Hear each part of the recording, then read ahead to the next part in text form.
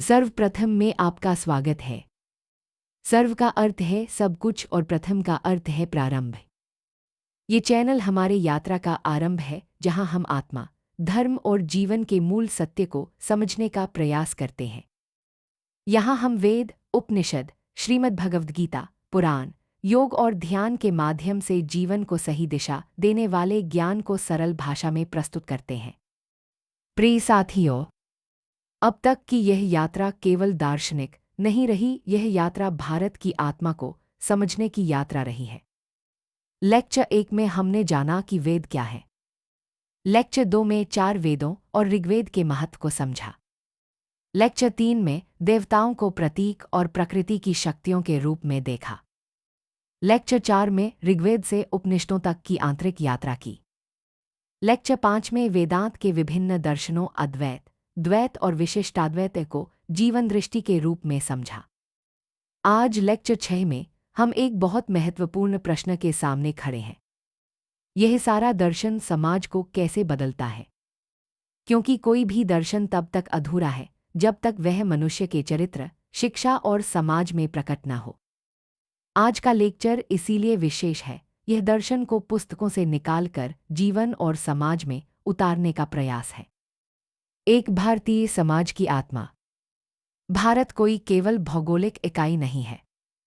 भारत एक सभ्यता है और सभ्यता की पहचान होती है उसके मूल्य, उसका चरित्र और उसकी शिक्षा। भारतीय समाज की आत्मा वेदांत में निहित है। 2 वेदांत और मनुष्य की गरिमा। वेदांत का पहला और सबसे बड़ा योगदान है मनुष्य की गरिमा। वेदांत कहता है हर मनुष्य के भीतर वही चेतना है जो ब्रह्मांड का आधार है।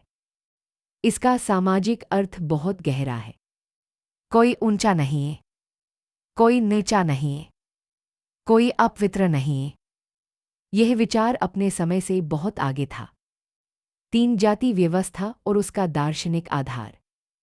यह एक संवेदनशील विषय है, लेकिन ईमानदारी जरूरी है। वेदांत का मूल सिद्धांत आत्मिक समानता है। समस्या दर्शन में नहीं, उसके सामाजिक विकृतीकरण में आई। वेदांत कहता है कर्म और गुण से पहचान होती है, जन्म से नहीं। 4 वेदांत और सामाजिक सहिष्णुता। भारत में 1 से अधिक धर्म, पंथ और दर्शन रहे, फिर भी भारत ने विविधता को संघर्ष नहीं बनने दिया। क्यों? क्योंकि वेदांत ने सिखाया सत्य एक है लेकिन अभिव्यक्तियां अनेक हैं। 5 शिक्षा का भारतीय उद्देश्य। आज शिक्षा को नौकरी से जोड़ दिया गया है, लेकिन भारतीय दृष्टि में शिक्षा का उद्देश्य था चरित्र निर्माण। उपनिषद कहते हैं सा विद्या या विमुक्ते वही विद्या है जो मुक्त करे। 6 गुरु शिष्य परंपरा। भारतीय शिक्षा में गुरु केवल शिक्षक नहीं था, गुरु जीवन का पथ प्रदर्शक था। ज्ञान केवल सूचना नहीं था, बल्कि अनुभव और संस्कार था। 7 वेदांत और नैतिकता। वेदांत नैतिकता को डर से नहीं जोड़ता, वह उसे बोध से जोड़ता है। जब मनुष्य समझता है कि वही चेतना सब में है तो हिंसा असंभव हो जाती है, करुणा स्वाभाविक हो जाती है। 8 कर्तव्य और अधिकार। पश्चिमी चिंतन ने अधिकारों पर जोर दिया, भारतीय चिंतन ने कर्तव्य पर। वेदांत कहता है कर्तव्य का पालन अपने आप अधिकारों की रक्षा करता है। 9 वेदांत और भारतीय परिवार। भारतीय परिवार केवल आर्थिक इकाई नहीं था, वह संस्कारों की प्रयोगशाला था। बड़ों का सम्मान, छोटों का संरक्षण, यह सब वैदांतिक दृष्टि से जुड़ा था। 10 स्त्री और वेदांत। वेदांत में स्त्री को कभी हीन नहीं माना गया। उपनिषदों में गार्गी, मैत्रेयी जैसी विदुषियां हैं। यह दिखाता है कि ज्ञान पर किसी एक लिंग का अधिकार नहीं। 11 वेदांत और सेवा। भारतीय समाज में सेवा को पुण्य कहा गया। क्यों? क्योंकि दूसरों की सेवा वास्तव में स्वयं की सेवा है। 12 आधुनिक भारत और वेदांत। आज भारत आधुनिकता और परंपरा के बीच खड़ा है। वेदांत कहता है परंपरा बोझ नहीं है यदि उसे समझा जाए। 13 युवाओं के लिए संदेश। आज का युवा असमंजस में है।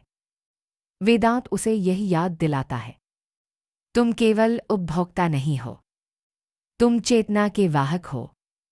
14 वेदांत और वैश्विक मानवता।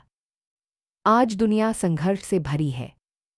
वेदांत कहता है, वसुधैव कुटुंबकम है, पूरा विश्व एक परिवार है। यह नारा नहीं, दर्शन है।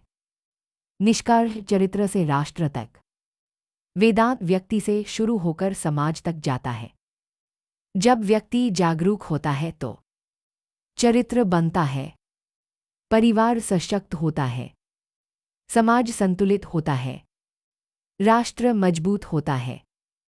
अगले लेक्चर में हम देखेंगे कि भारतीय दर्शन आज की वैश्विक समस्याओं का समाधान कैसे प्रस्तुत करता है।